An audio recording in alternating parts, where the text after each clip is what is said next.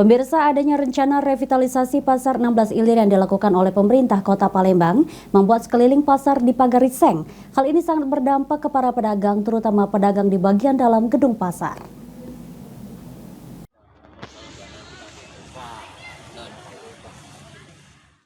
Adanya rencana revitalisasi Pasar 16 Ilir yang dilakukan oleh pemerintah Kota Palembang membuat sekeliling pasar dipagari seng. Hal ini sangat berdampak ke para pedagang, terutama pedagang di bagian dalam gedung pasar.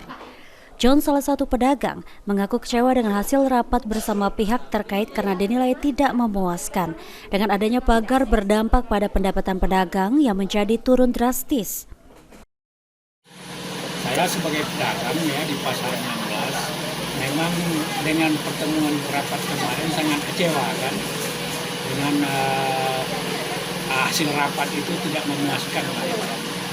Terus masalah ibaratnya pemagaran, kami ini memang sekarang ini sudah pengap kan, tidak ada aktivitas yang dipikirkan orang, jadi ekonomi itu dikatakan lumpuh lah.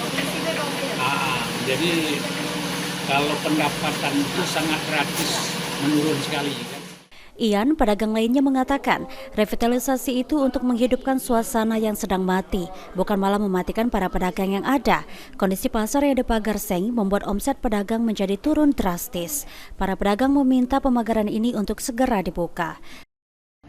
Revitalisasi itu sejatinya untuk menghidupkan suasana yang sedang mati, bukan malah mematikan para pedagang yang ada di sini. Kita bisa lihat di belakang, di pagar seng, sehingga omset para pedagang ini turun. Harusnya revitalisasi ini juga memenuhi hak-hak para pedagang. Jadi banyak sekali keluhan-keluhan para pedagang di sini. Nah, kami minta seng ini untuk segera dibuka, karena tidak ada sifat yang urgent sekali, karena tujuannya tidak jelas. Pemagaran ini tidak ada komunikasi, tidak ada juga solusi, dan pemagaran ini secara sepihak.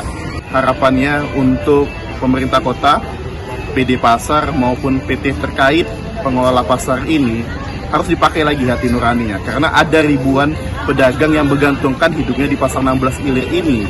Nah, revitalisasi ini kan bertujuan untuk membangkitkan ekonomi, bukan untuk mematikan ekonomi yang ada di sini. Jadi harus dipenuhi juga hak-hak dari para pedagang ini. Jangan sampai komunikasinya hanya satu pihak saja.